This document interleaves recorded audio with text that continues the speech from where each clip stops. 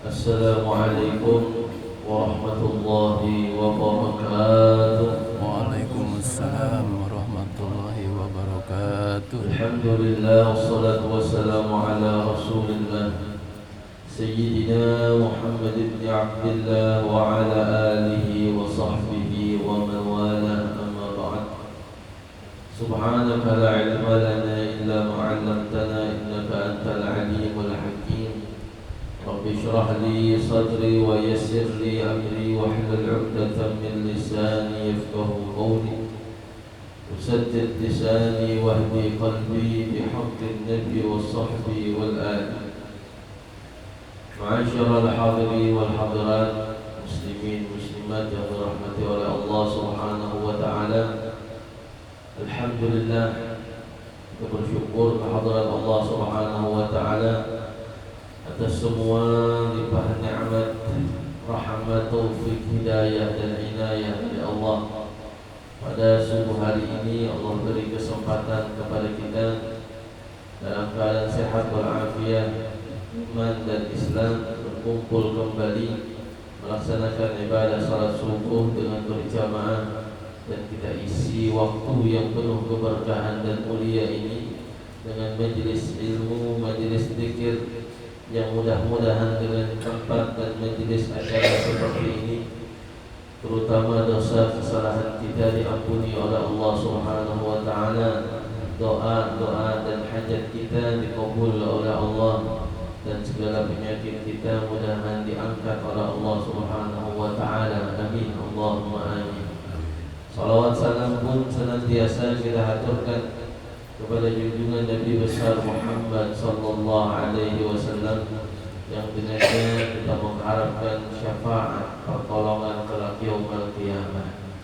Ma'asyiral hadirin wal hadirat yang dirahmati oleh Allah, melanjutkan kaji kita di dalam kitab Bidayatul Hidayah, yaitu permulaan dalam kita mencari hidayah.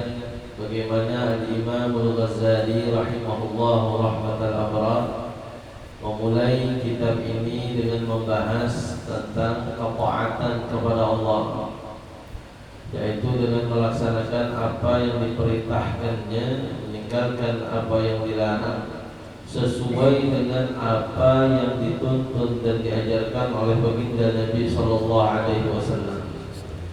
Maka oleh karenanya di sini diajarkan akhlak, ya diajarkan fikih sekalian, dan diajarkan juga yang namanya tauhid kepada Allah Subhanahu wa taala. Sebelumnya kita sudah membahas tentang bagaimana adab kita di dalam bangun tidur, sebagaimana bangun tidurnya Nabi. Dan yang kedua sudah kita membahas bagaimana adab ketika kita bangun tidur lalu masuk ke dalam kamar mandi, adab sunnah yang dipraktekkan, dicontohkan oleh Nabi SAW. Lalu bab yang ketiga kata beliau adalah tata cara dalam kita berwudu. Apabila kata Imam Ghazali engkau telah selesai beristinja, setelah selesai melakukan istinja, baik itu qadha hajat kecil atau qadha hajat besar, maka janganlah engkau meninggalkan bersiwak. Sebab bersiwak itu dapat membersihkan mulut, menyenangkan Allah dan membencikan syaitan. Satu kali saja kita salat dengan bersiwak itu lebih utama daripada 70 kali salat kita tanpa bersiwak. Rasul sallallahu alaihi wasallam bersabda, "As-siwaku mutahharatun lil fam wa mardatun lirrabb wa maskhatatun lisyaitan." Bermula siwak itu adalah mensucikan mulut seseorang dan menyebabkan turunnya ridha Allah, dan menyebabkan syaitan itu murka dengannya. Jadi luar biasanya bersiwak. Sebagaimana Nabi SAW bangun tidurnya lalu ke kamar mandi, selesai berwudu. Sebelum berwudu beliau memulai dengan bersiwak. Jadi ini termasuk daripada sunnah kita sebelum berwudu. Hendak berwudu bersiwak dulu. Kalau kita bersikat gigi, maka bersikat gigi tadi itu kita niatkan di hati kita bahwa bersikat gigi tadi dengan niat bersiwak mengikut Nabi Sallallahu Alaihi Wasallam. Jadi sikat gigi itu sama derajatnya, makomnya seperti kita bersiwak. Kalau memang kita sikat gigi sebelum berwudu tadi subuh bangunnya, maka bersikat gigi itu dianggap pahalanya seperti kita bersiwak, walaupun alat yang digunakannya memang bukan yang paling afdal dalam bersiwak. Kalau paling afdal ya kayu siwak yang biasa dijual oleh orang-orang, mungkin 10.000, ada yang 15.000, murah. Tapi luar biasa fadilah keutamaannya dengan siwak itu mensucikan. Bahkan sekarang yang terbaru ada video riset dari orang-orang yang meneliti dari kesehatan, tatkala air setetes yang air itu begitu banyak kumannya, bakterinya, lalu dilihat dengan kacamata mikroskop ngarannya itu, banyak kumannya berkembang biak bergerak. Lalu diteteskan 1 tetes air bekas kayu siwak, maka itu kuman bakteri yang hidup tadi mati jadinya. Dan ini videonya real, hasil penelitian orang bagaimana hebatnya keutamaan daripada kayu siwak tersebut. Dan ini sebelum ada alat yang canggih-canggih sekarang menelitinya, Nabi Sallallahu Alaihi Wasallam telah mensunnahkannya untuk kita melaksanakan berbagai aktivitas kita dimulai dengan siwak. Dan itu juga menunjukkan lambang bagaimana Islam itu cinta kebersihan. Islam itu menjaga kebersihan. Kenapa? Karena mulutnya seorang mukmin muslim itu selalu bersih, selalu harum, ada bau. Kenapa? Karena ia senang bersiwak. Jadi mensucikan mulut. Yang kedua adalah mendapatkan ridha Allah. Allah senang dengan hambanya yang senang bersiwak. Yang ketiga yang kita dapatkan adalah muskhifatun lisyaitan. Itu siwak adalah alat yang membenci olehnya syaitan laknatullah alaihi. Jadi syaitan kada senang dengan orang yang bersiwak. Syaitan kada setuju bila ada orang bersiwak. Syaitan menjauh dengan orang yang bersiwak. Jadi punya kita bawa siwak, itu syaitan kada senang mendekati orang yang bersiwak. Yang bawa rokok, syaitan nanti juga parah. Membawa siwak, syaitan jauh. Makanya kalau kalian lihat ajiman yang buat kekanakan baru lahir, biasanya dijual jimat tarik dari orang, jimat Yaman. Di situ ada sebungkus kain hitamnya, itu tulisan jimat ayat-ayat Al-Qur'annya. Lalu di situ ada kayu yang diikat tali halus, kayunya mungkin segini. Nah itu kayu siwak, termasuk dalam jimat tadi juga. Kenapa dalam jimat itu ada kayu siwak? Karena anak kecil hanya lahir atau bayi yang masih umurnya sebulan 2 bulan tersebut itu sering yang namanya diganggu oleh yang jin bernama jin itu Ummu Sibyan. Jadi dalam bahasa Arab jin tersebut namanya Ummu Sibyan. Yang mana tugasnya jin Ummu Sibyan ini mengganggu kekanakan halus, kekanakan bayi. Supaya kita terhindar dari gangguan jin tersebut, makanya anak kecil tadi ditaruh siwak. Nah, ini hebatnya siwak. Syaitan kada mau mendekat, apalagi jin anak buahnya.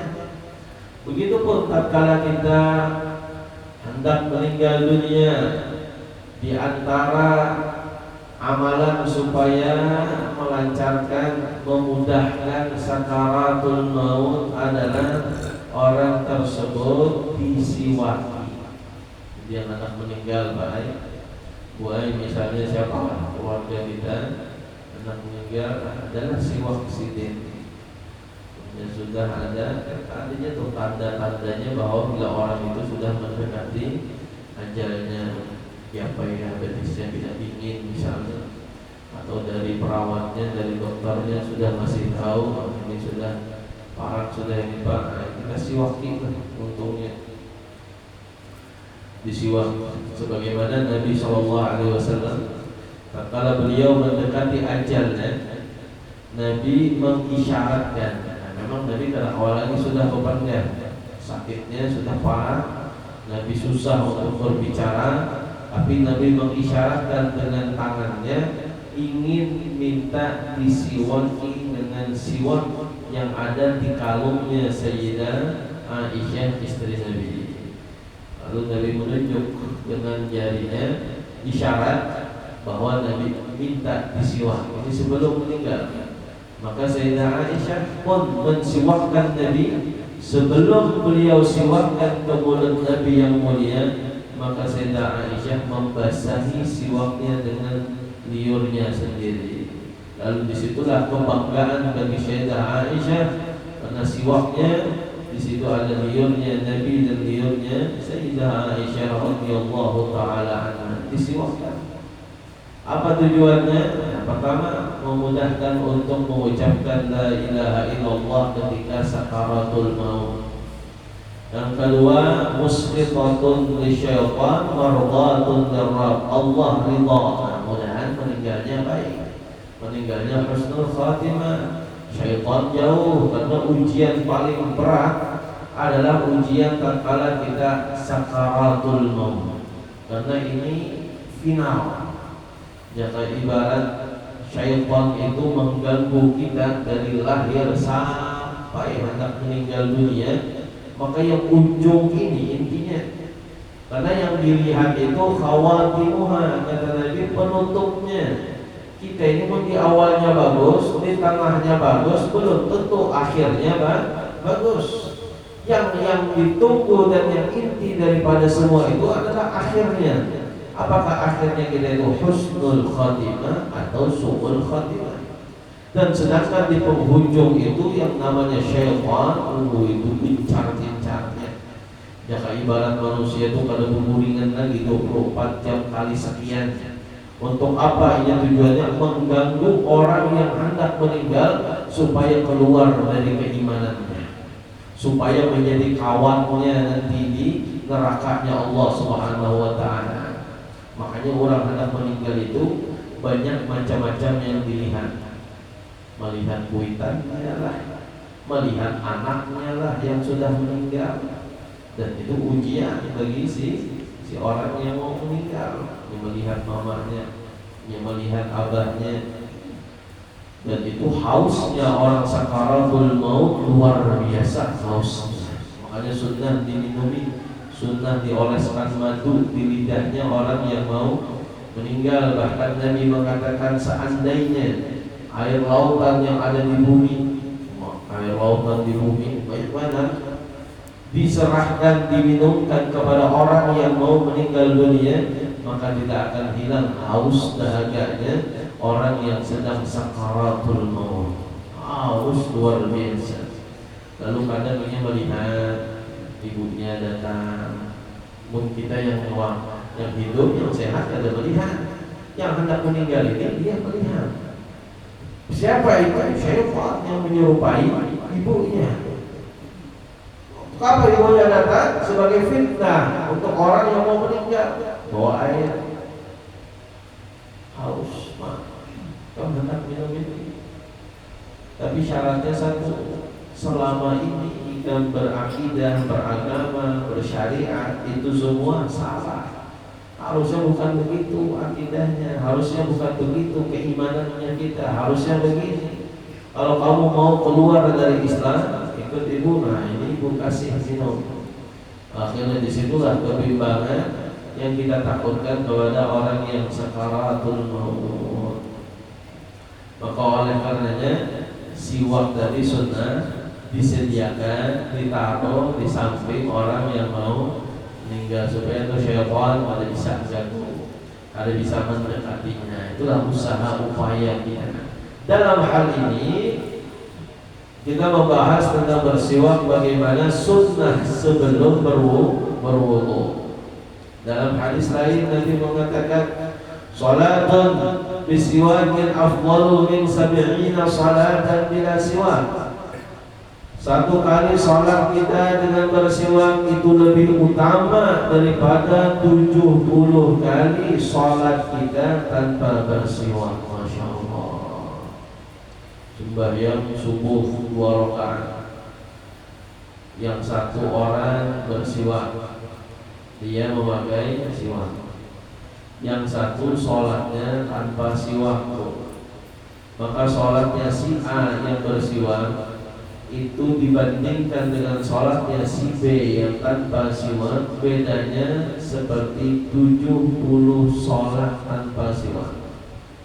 Jadi seandainya si B ini sembahyang subuh 70 kali, itu kadang mengimbangi pahalanya orang yang sholat subuh sekali tapi inya pakai siwak. Masya Allah. Ini anugerah karunia dari Allah untuk kita umat Nabi Muhammad supaya mudah melipat gandakan pahala dalam ibadah. Karunia. Karena kita umat Nabi ini umurnya pada panjang. Kita umat Nabi Muhammad ini umurnya antara 60 sampai umur 70 tahun. Jauh berbanding dengan umur umat-umat terdahulu. Umat-umat berdiri ratusan tahun umurnya, ribuan tahun umurnya. Yang mana kalau dihitung dengan umur kita ini hanya umur kekanakan Tuhannya. Bayangkan Nabi Ibrahim alaihissalam itu disunat, disyariatkan, diperintahkan oleh Allah untuk beliau itu bersunat. Makanya sunat ini sunat maksudnya potong kulit diri kelamin anak kita itu. Sunat ini kesunahannya, perintahnya adalah syariatnya dari Nabi Ibrahim, bukan dari Nabi Muhammad, tapi dari Nabi Ibrahim. Tapi masih kita pakai kesunahannya tersebut. Jadi Nabi Ibrahim disunat diperintahkan oleh Allah itu umurnya berapa? 70 tahun ini. Umur Tuhannya mengejar kita. Cuman masa itu 70 tahun itu masih kanak-kanak. Karena umur orang waktu saat itu ratusan tahun.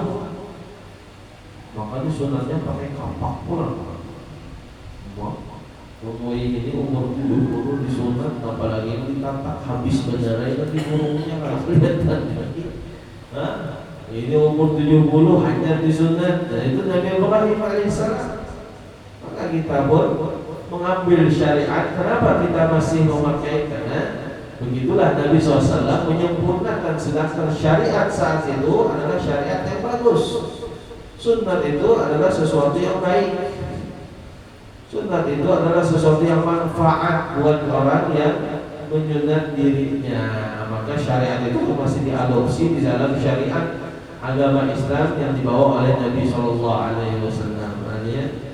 Jadi sholat kita itu bisa berlipat-lipat ganda pahalanya karena sebab siwak. Makanya ini sudah murah harganya, pahalanya dapat banyak, dapat ridha Allah. Cuman kadang kita ini kalau masalah nilai ibadah, kalau masalah sunnah pasti aja berat mengerjakannya. Kadang kada berat mengerjakannya, kada peringatan menggawinya. Itu baru sudah dilupakan oleh syaitan. Umumnya kita HP itu ingat harus membawa ke masjid, ke mushola, ke pasar. Yang pertama dilihat kantong HP terbawa kada. Tapi mau kita ke masjid, ke musola, kemanapun berjalan, pada suah kita mengingatkan siwak ke bawah kan. Bahkan mau nyata tinggal siwak kita ada dah hendak niat berbulik mengambil ke rumah ada. Coba mau biar tertinggal HP, wah ini mau bulik dia sekilo. Tinggal HP, mau bulik ke rumah. Umumnya siwak tertinggal. Ya dia gini sok jangan siwak pulang. Nah itu bang kita nih. Punya rokok tertinggal, wah dia mau bulik baik. Pokoknya kan namanya kalau merokok tak kondangan. Ya habis makan, masak untung misalnya.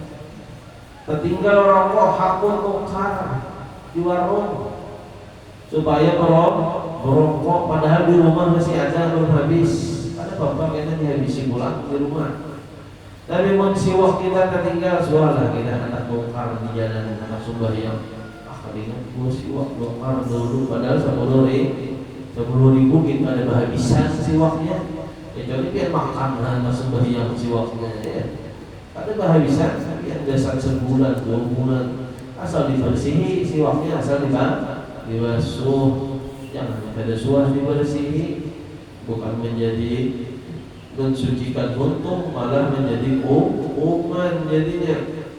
Jadi si waktu dibasuh setiap malam, setiap hendak sholat misalnya dibersihi. Makanya jangan si waktunya berikat bagus saja Pak, berikat di tasbih itu bagus boleh. Si waktunya berikat di tasbih. Cuman jangan seumuran karena semua berikat aja di situ tasbih bergulung lawan sajadahnya bersembahyang ada si waktunya. Sampai aras siwaknya, jangan yang ada bergigi lagi itu ya darah pusing pisang siwak nanti jangan dibasuh, dibersihin, direndam air hangat jadi itu kotoran dari untung dari gigi itu hilangnya bersih siwaknya awet siwaknya tidak ada sehari hanya anak belajar bersiwak isok hilang siwaknya pula ujian ya jadi supaya kita semangat, motivasi. Ini Nabi mengatakan sholat kita 2 rakaat bersiwak itu lebih baik dari sholat 70 sholat. Masya Allah. Siapa yang ada hafal kita dapat pahala yang berlipat-lipat ganda tapi mengerjakan sesuatu yang mudah padahal. Seandainya tertinggal siwak kita, lupa siwak kita, maka bisa kita mengganti dengan sesuatu sifat yang menempati tempatnya siwak. Bisa pakai kayu-kayu yang lain boleh, kayu dahan-dahan pohon boleh, kayu uli nah situ pakai boleh juga. Cuman berdarahan lain untuk kita. Kayu paras itu dipakai, artinya yang ada wewangiannya boleh, atau kayu yang ada wewangiannya pun sekalian boleh. Nanti turun lagi derajatnya bisa sesuatu benda yang kesat dan bisa membersihkan daripada mulut kita. Itu bisa kain contohnya, kain sorban kita bisa siwak kepepet ke bawah supaya dapat pahalanya siwak mau karena kawah juga baju kita kawah juga gosok. Cuman jangan setiap sholat 5 waktu karena dikisah akhirnya kuning mukannya. Biasanya siwak harus ada monokan, bukan aja dikisah jangan juga. Habis itu juga menyampaikan tangan depan guru ya Pak. Jadi kita sholat. Nah ini kan sah kalau jari kita sendiri. Tapi mau jari kawan sah siwaknya. Ada sebujur kayak itu pikirnya, lain ulun begayaan. Jadi bila tangan kita itu dipakai siwak, niatnya ada sah. Tapi bila jari tangan kawan itu sah. Cuma pertanyaannya apakah ada kawan kita juga bisa ngangkat jarinya ke untung. Jadi nyamannya apa? Kain baju ini bisa bayang siwak. Sorban kita siwak. Niat di hatinya bersiwak untuk sholat. Misalnya sahajaku bersiwak sunnah karena Allah Ta'ala jadi pahala. Sembahyangnya seperti sholatnya orang yang 70 kali lipat sholatnya. Lalu Nabi pun bersabda, laula an asyqa ala ummati la amartuhum bis-siwak fi kulli salat. Ujar Nabi, andaikan aku tidak takut memberatkan umatku, pasti aku akan perintahkan kepada mereka agar bersiwak setiap melaksanakan sholat. Kata Nabi, seandainya aku tidak memberatkan kepada umatku, pasti aku suruh mereka untuk bersiwak setiap sholatnya. Nabi itu paham, Nabi itu mengerti bahwa yang bernamanya bersiwak itu berat bagi umat, susah bagi umat. Ada peringatan umat ini kadang mengawinya. Seandainya kata Nabi kadang memberatkan, maka wajibkan sebelum mereka sholat untuk bersiwak. Bayangkan wajib kita bersiwak sebelum sholat, berapa sholat kita itu yang bisa kada sah sholatnya gara-gara terlupakan siwak. Dan ini hukumnya dalam Islam sunnah muakkadah, tapi bagi Nabi SAW bersiwak sebelum sholat itu wajib. Nah, jadi ada beda. Bagi Nabi wajib karena beliau kada pernah meninggalkan yang namanya siwak. Tapi bagi kita umatnya hukumnya sunnah yang sangat dianjurkan. Dan begitu perhatian sayangnya Nabi kepada umat, makanya Nabi itu sampai mengatakan, jikalau tidak memberatkan umatku, pasti aku suruh mereka untuk bersiwak dalam setiap sholatnya. Tiada lain, Nabi itu ingin supaya kita dalam ibadah mendapatkan pahala yang besar, bukan dapat pahala yang kecil. Lalu Nabi pun memberikan sarana cara untuk kita itu bisa melipat gandakan pahala sholat tersebut. Saking semangatnya Nabi, jikalau kada ku beratkan nih, kalian pasti wajibkan bersiwak setiap sholat. Nah, bagaimana kalau kita sholat tarawih? Ini yang kadang ditanya orang. Tarawih kan 10 kali kita berdiri, artinya 20 rakaat. 20 rakaat berarti 10 kali takbiratul ihram. Apakah setiap takbiratul ihram bersiwak pulang? Allahumma shalli ala sayyidina Muhammad, berdirian Allahu Akbar bersiwak dahulu sebelumnya. Ada ulama yang mengatakan cukup sekali siwak yang pertama.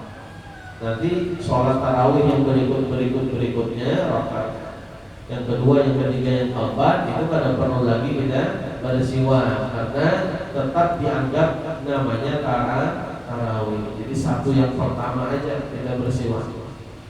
Lalu bagaimana sholatnya kita yang lupa bersiwak tapi sudah masuk sholat? Allahu Akbar, ya cepat-cepat, kurang komat hanya keluar rumah sampai masjid lalu ingat lagi maka tak bawanya masjid sehingga nalar siwaknya takbir kan, Allahu Akbar, pas lihat belum bersiwak selalu.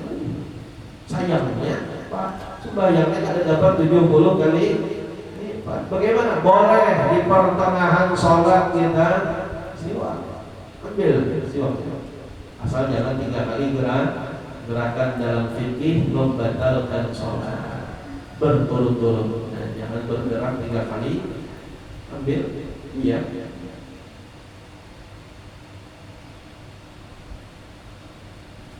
Dapat pahala bersiwak dalam sholat. Kadingan ke bawah juga bisa makan bawah kain tadi, tangan, baju, pokoknya. Bismillahirrahmanirrahim. Waladhdallin, imam baca surah. Kita belum bersiwak, hanya ingat belum bersiwak dan di pertengahan sholat ingatnya. Ada apa? Sah siwaknya dan mendapatkan pahala kesunahan siwak tersebut. Nah, jadi kalau ingat di tengah, pakai siwaknya, amalkan siwaknya tersebut. Umirtu bisiwak hatta khasyitu an yaktuba alayya. Aku telah diperintahkan oleh Allah agar bersiwak sehingga aku khawatir, kata Nabi, siwak itu akan diwajibkan kepadaku sampai Nabi itu khawatir siwak ini menjadi wajib karena diperintah oleh Allah Nabi untuk melakukan ibadah sholatnya dengan siwak. Itu yang sangat dianjurkan. Selain dalam sholat kita melakukan siwak itu sunnah. Ya tadi hendak berwudu sunnah, bangun tidur sebelumnya sunnah bersiwak, hendak masuk rumah sunnah bersiwak, keluar rumah sunnah bersiwak. Nah keluar rumah baca doa Bismillah tawakkaltu 'ala Allah la haula wala quwwata illa billah. Jangan berdoa sunnah, pakai sendal kaki kanan baru kaki kiri, baru naik kendaraannya dengan kalimat minimal Bismillah tawakkaltu 'ala Allah la haula wala quwwata illa billah. Apa janji Allah dalam 3 bacaan tersebut? Simpel, tapi Nabi mengatakan dari 3 bacaan itu dia akan mendapatkan 3 manfaat. Yang pertama adalah dia akan dipelihara oleh Allah Subhanahu wa taala. Dia akan dipelihara. Yang kedua dia akan hudida, diberikan petunjuk oleh Allah dalam jalannya. Insyaallah kada menyimpang. Insyaallah kada ke tempat maksiat. Insyaallah yang dia tuju tempat yang diridhai oleh Allah. Wa qufida, yang ketiga dia dapatkan adalah pencukupan dari Allah dalam urusan rezekinya. Keluar mencari rezeki, insyaallah rezekinya Allah cukupkan baginya. Bismillah tawakkaltu 'ala Allah la haula wala quwwata illa billah. Hati-hati, apalagi ulun ini pas kemarin itu terlihat kebetulan jadi almarhum Haji Ustaz Zainuddin Al-Rashid meninggal kemarin, pas habis meninggal kecelakaan ulun lewat sholat itu di RT Haryono itu subuh minggu. Ulun mau ngisi ke M Said Masjid Jami Al Mustafa. Jadi ulun dari Sompaja berangkat lewat MT Haryono, sudah mau turun di Karangkaci itu belok ke M Said. Sebelum lampu merah itu kan turun gunung tuh. Nah, melihat truk terdiam, bukan truk lagi, ini kontainer yang kenal. Sekalinya ada sekitar 5 orang lah di situ di tengah jalan menolong pakai HP supaya kita jangan laju karena ada kejadian tabrakan. Pas ulun lewat itu korban Ustaz Zainul itu masih di aspal terabah tampak jadi berterbiharap. Ulun ini penasaran juga siapa PCX motornya, ada sorban warna biru. Wah ini Ustaz ini dalam hati pasti hendak ke pengajian. Jadi waktu melihat itu hendak singgah, orang hendak komat, tadi nyaman juga ke tempat kita mau ngisi kajian subuh, maka subuh lari kita lewat. Ulun tunggu info beritanya ini siapa kejadian ini. Sekalinya sehari setelahnya baru ada info meninggal dunia. Sekalinya sih dia yang tabrakan mungkin masih ngantuk kah atau main HP kah, yang jelas itu laju. Kenapa laju? Karena jam 5 sudah orang ya hayam-hayam. Sedangkan sini posisi masih di MT Haryono, tujuannya kemana? Sentosa. Jauh mana? Dari situ ke Sentosa ada mungkin bisa berjamaah, pasti sini terlambat. Minimal kawal ngisi kajiannya sampai ke masjid. Mungkin ngebut dari situ. Karena saking ngebutnya, mungkin ada perhatian lagi di depan ini ada truk lagi nanjak, kontainer yang pelan nanjaknya, yang dibawa pulang beton pasak bumi itu, lincip itu dari beton semen itu yang ditabrak, hancur setengah motornya boy. Orangnya kapal di aspal itu, helmnya kelepas sebenarnya. Nah, jadi mudahan kita dipelihara Allah dan timahnya ulun takutan subuh-subuh terlambat laju-laju malu kita. Kalau tarem lagi aja, masya Allah, mudahan dipelihara oleh Allah Subhanahu Wa Taala. Minimal baca doa tadi kita keluar keluar rumah, insya Allah dipelihara oleh Allah.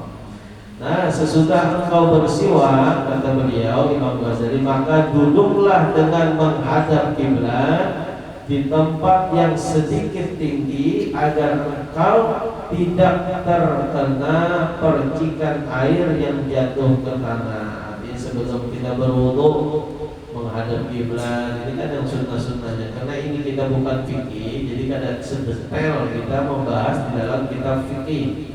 Jadi setelah kita bersiwak, maka kata beliau menghadaplah arah kiblat. Untuk kesunahan berwudu, umumnya tempat wudunya kadang menghadap kiblat, Pak, ya kadang kalau dipaksa. Kerannya di situ hadapnya, masa kita kayak ini wudu? Atau mungkin juga wudu paling gitu ya. Jadi punya kerannya sudah di sana, ya sudah, kada apa-apa. Tidak usah kita paksakan. Tapi kalau yang bisa, wudu itu yang menghadap kiblat, sunnahnya tempatnya kata beliau yang lebih tinggi sedikit supaya tidak kena percikan air yang jatuh ke tanah. Lalu mengucapkan Bismillahirrahmanirrahim. Rabbi a'udzubika min hamazati syayatin wa a'udzubika Rabbi ayyahturun.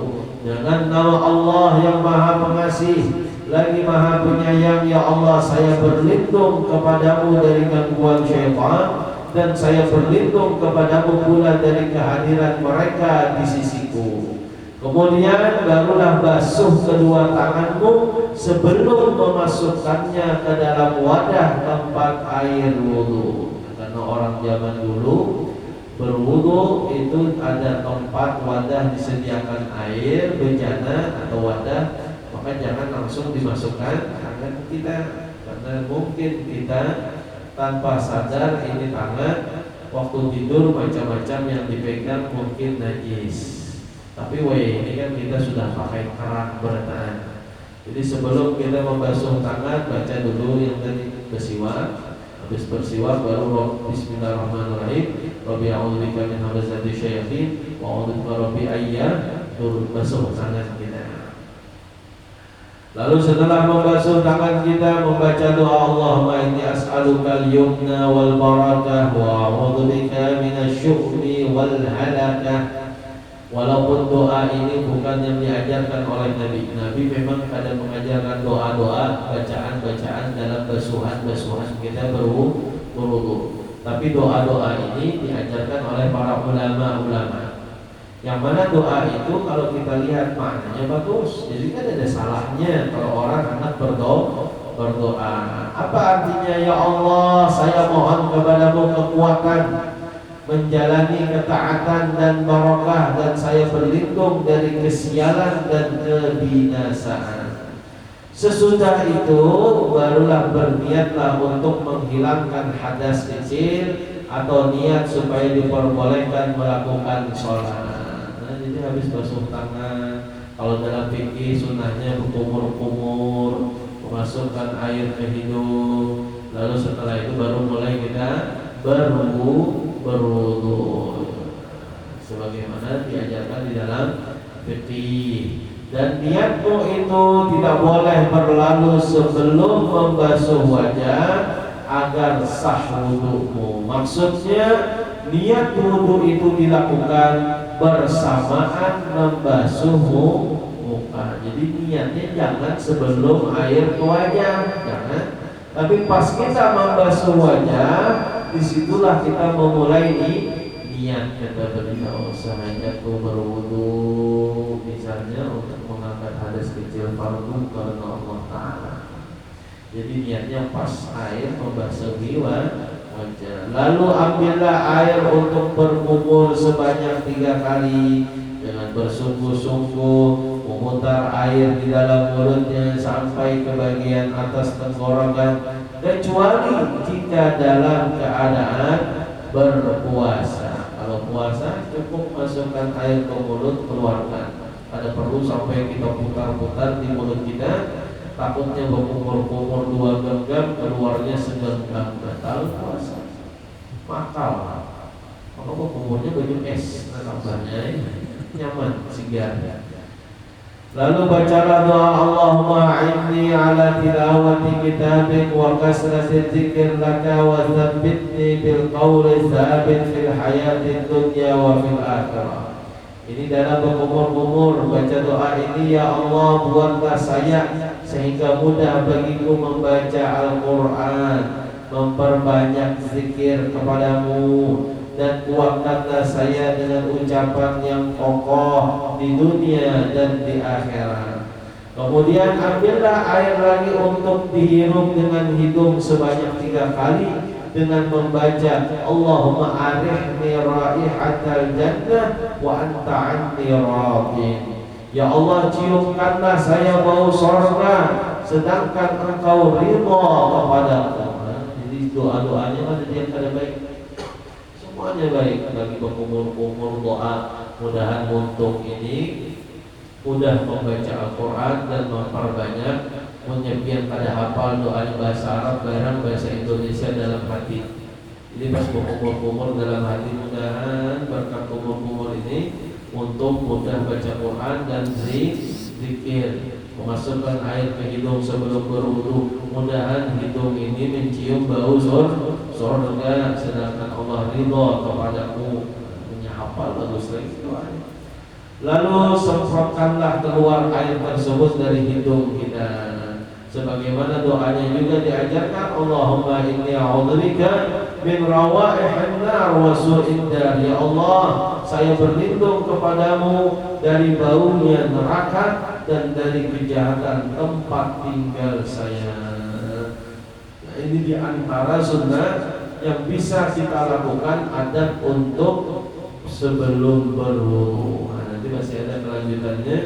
Insyaallah kita akan kaji dan bahas di waktu yang akan datang. Mudah-mudahan Allah berikan kesempatan, Allah berikan kesehatan dan panjang umur kita sebarataan, bisa kembali hadir ke majelis ini untuk mengambil manfaat, barakah seiring bertambah ilmu. Mudah-mudahan semakin bertambah pula keimanan dan ketakwaan kita kepada Allah Subhanahu wa taala. Mungkin satu ada yang ditakutkan di antaranya, silakan bapaknya kah atau ibunya, silakan. Kalau ada kita tutup doa. Ada apa aja biar takutkan ibu ada siwak pula kepala tokar ya. Memakai siwak itu kayak apa? Memakai siwak itu kita genggamnya asal ke bawah. Siwak itu 3 jari di luar, 2 jari ini di dalam. Jadi kayak ini nah, memegangnya. Nah, ini siwaknya kayak ini. Nah. Mulainya dari tengah, angka 8 ke kanan, ke kiri gini. Nah, 2, 3, ditutup ke langit-langit dipisah ke lidah 3 kali itulah. Angka 8.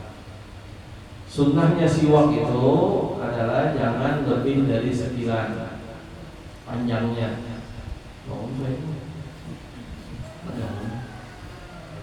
Jangan kurang dari 4 ruas jari.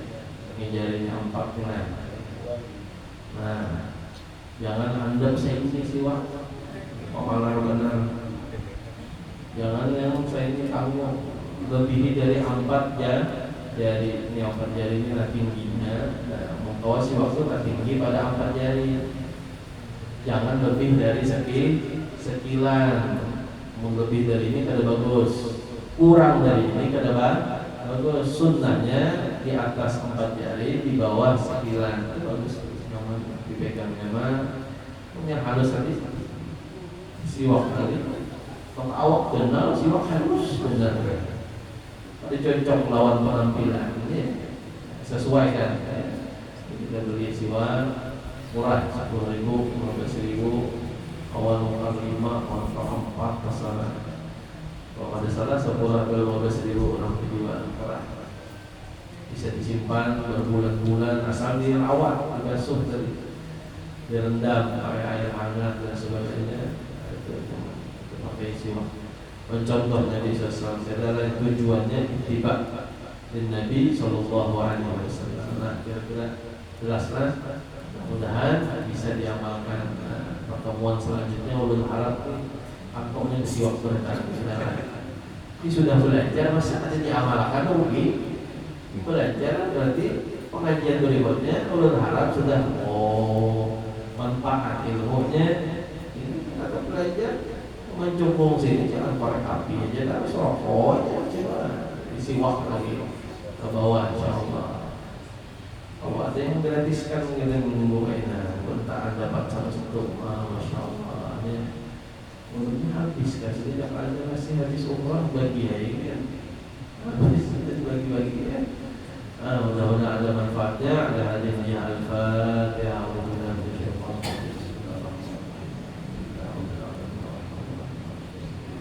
Iya,